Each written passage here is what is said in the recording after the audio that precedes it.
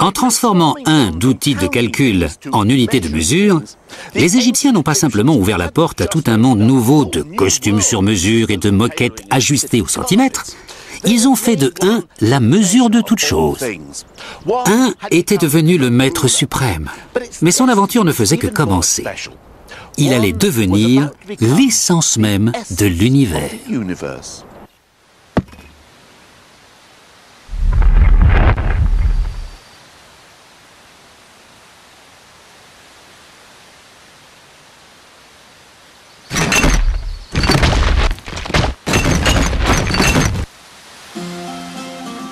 Tout commença il y a 2500 ans avec un grec répondant au doux nom de Pythagore.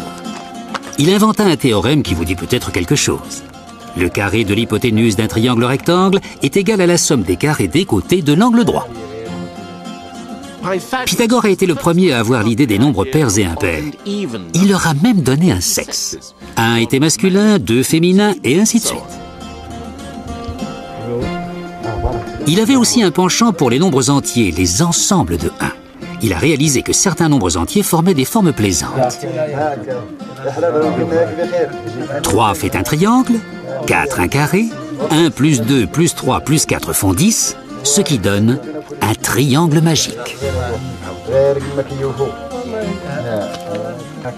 Et puisque les nombres entiers ne sont que des ensembles de 1, 1 devait être l'élément essentiel à partir duquel était construit tout l'univers.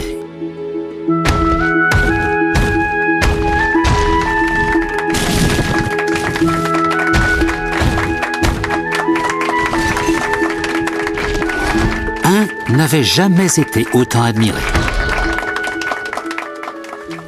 Mais au final, tout le système de pensée de Pythagore était condamné. Et l'ironie veut que ce soit justement le triangle qui a fait sa gloire qui l'ait poussé à sa perte.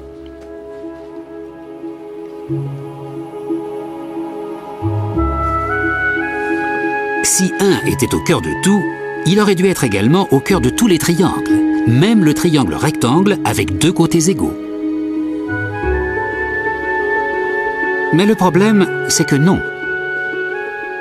Pythagore s'échinait à faire en sorte que les 3 côtés représentent un nombre exact d'unités. Mais c'était infaisable.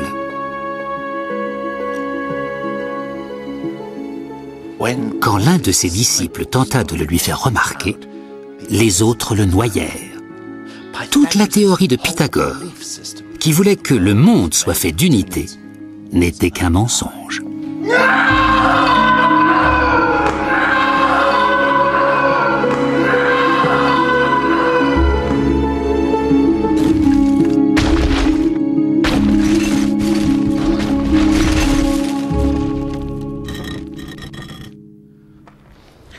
Comme tout le monde avant lui, Pythagore ne pouvait concevoir les nombres que s'ils représentaient quelque chose de réel.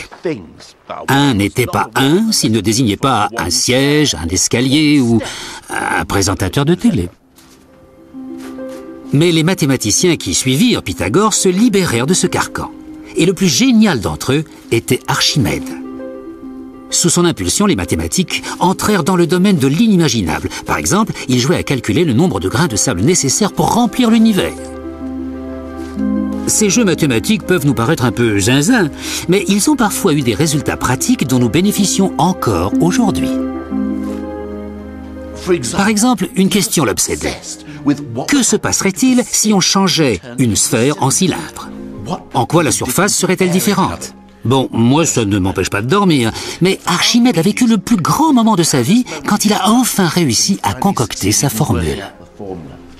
Et bien qu'à l'époque ce n'était qu'un tour de force mathématique, cela s'est avéré incroyablement utile. C'est grâce à Archimède que plus tard, les cartographes ont pu transformer le globe terrestre en planisphère.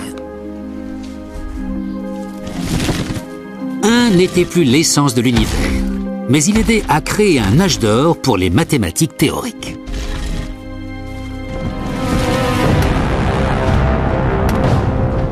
Mais une nouvelle force était en action dans le monde, et 1 s'apprêtait à être assujetti par un peuple avec des obsessions d'un autre genre.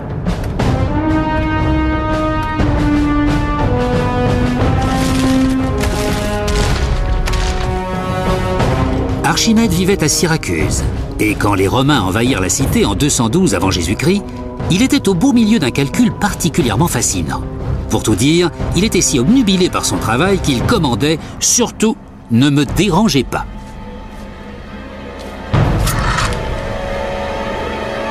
Ce n'était sans doute pas très malin.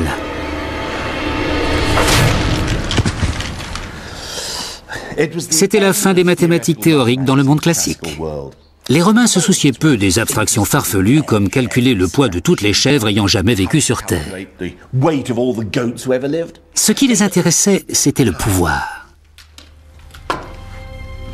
Que cela lui plaise ou non, était désormais un sujet de l'Empire romain.